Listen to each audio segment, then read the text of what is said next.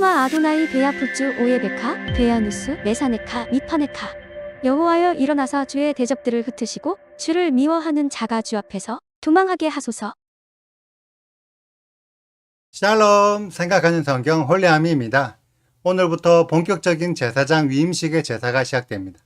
참고로 말씀드리자면 아론이 제사장 위임식을 했다고 해서 아론의 자손들이 무조건 제사장으로 활동하는 것이 아닙니다. 기본적으로 20살 전까지는 제사장 후보생이고 20살에 별도로 위임식을 치루어야 정식 제사장이 되어서 성막 봉사를 할 수 있습니다.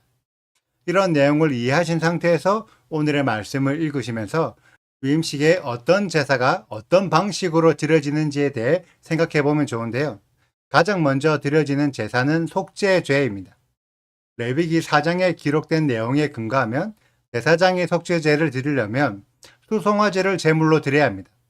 이스라엘의 지도자들은 순양으로, 평민들은 암염소로 속죄죄를 드리는데 제사장의 속죄는 이스라엘 온 회중의 제물과 동일하게 수송화제로 속죄죄를 드려야 합니다. 그래서 14절에 보면 수송화제를 끌고 와서 제사장이 안수하는 내용이 나옵니다. 그리고 제물을 잡은 후 그 피를 성막의 뜰에 있는 제단에 바르는데 오늘의 말씀에는 기록되어 있지 않지만 제사장의 속죄제에는 한 가지 중요한 과정이 더 있습니다. 그것은 성막 안으로 들어가서 분향단과 휘장에도 피를 뿌리는 것입니다.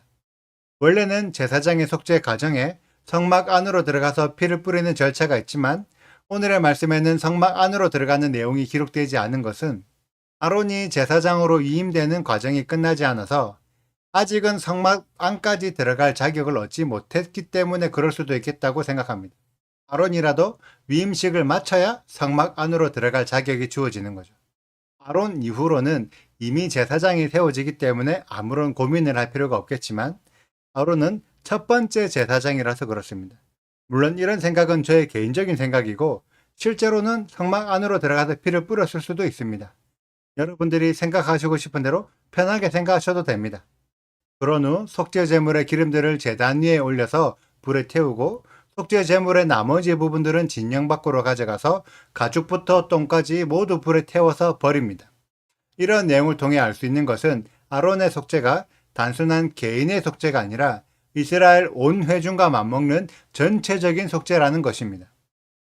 그 후에 번제를 드리는데 번제의 예물은 레위기 1장의 내용처럼 소나 양이나 염소나 새로 드릴 수도 있는데 모두 수컷으로 드려야 합니다. 그래서 오늘의 말씀에서도 순양의 제물로 번제를 드립니다. 번제는 제물의 모든 부분을 불에 태워드리는 제사로 제물이 불에 잘 탈 수 있도록 관절과 간절을 모두 잘라 조각조각 내는 닭을 떼는 제사입니다. 그리고 그 다음 제사는 내일의 내용인데 내일은 제가 지금까지의 5대 제사를 총정리하는 날이라고 생각하고 내일의 내용을 오늘 미리 당겨서 설명해 드리겠습니다. 그래서 22절을 보면 또다시 순양을 제물로 드리는데 이때의 제물은 어떤 의미의 제사일까요? 어떤 제사인지 기록이 되어 있지 않아서 헷갈릴 수도 있겠지만 26절의 오른쪽 뒷자리와 29절의 가슴 부위를 흔드는 것으로 보아 레위기 7장에 기록된 화목제라는 것을 알 수 있습니다. 그리고 26절을 보면 화목제물에 누룩을 넣지 않은 무교병의 소제 예물을 함께 드렸음을 알 수 있습니다. 원래 화목제와 소제 예물은 일부는 불에 태우고 나머지는 제사장들이 먹을 수 있지만 오늘의 경우에는 제사장이 드린 제물이기 때문에 제사장 본인이 먹을 수 없습니다.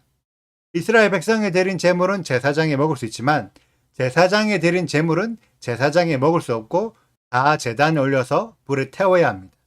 이 부분을 잘 인지하셔야 합니다. 그리고 중요한 부분이 빠졌는데 23절, 24절을 보면 아론과 그의 아들들의 오른쪽 귀부리, 오른쪽 엄지손가락, 오른쪽 엄지발가락에 제물의 피를 바르는데 이때 제물이 화목제물이었다는 것을 생각해 본다면 오른쪽에만 피를 바르는 것도 화목제와 연관된 의미라는 것을 알 수 있습니다. 결국 화목제의 목적은 관계 회복이죠.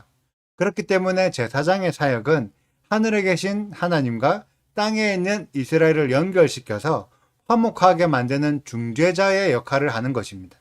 그리고 그 중재의 도구가 여호와의 5대 제사인 거죠. 그냥 글로만 레위기의 제사를 이해하려고 하면 너무 어려운데 이렇게 하나씩 제사들을 구분해 가면서 제사의 의미를 알고 제사의 방식까지 배워가다 보니 은근히 재밌지 않나요?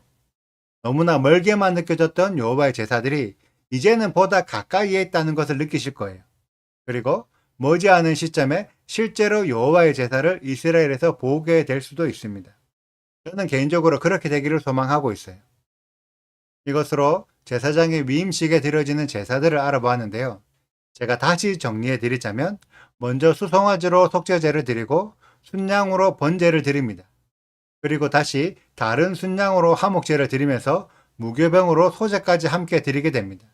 속건제만 드리지 않았지 나머지 제사들은 제사장의 위임식 때 모두 드리게 됩니다. 근데 왜 속건제는 드리지 않았을까요? 기본적으로 속건제는 속죄제의 방식과 동일하고 속건제는 여호와의 성소를 무시하거나 여호와의 질서를 깨뜨렸을 때 드리는 제사인데 아론은 성소를 인정하고 모든 질서를 지켰기 때문에 굳이 속건제를 드릴 필요가 없었던 거죠. 그래서 속건제를 뺀 나머지 제사들만 드렸던 겁니다. 오늘의 말씀을 생각해보면 여호와의 제사는 정말 논리적이고 합리적이다라는 것을 이해하실 수 있습니다.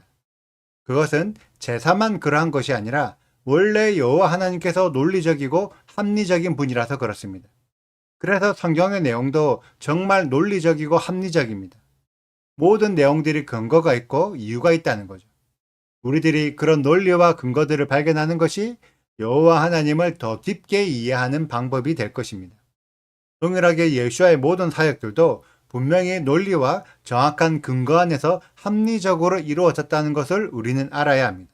그래서 예수와를 믿는 것도 논리와 근거를 가지고 합리적으로 믿어야 하는 거죠. 그러한 합리적인 믿음을 가진 홀리아미 가족들이 되시기를 축복합니다. 오늘의 영상은 여기까지입니다. 내일은 제사들을 총정리하는 시간이니 내일 영상도 꼭 시청해 주시길 바랍니다. 오늘의 말씀 읽으시고 질문 있으시다면 언제든지 댓글로 남겨주세요.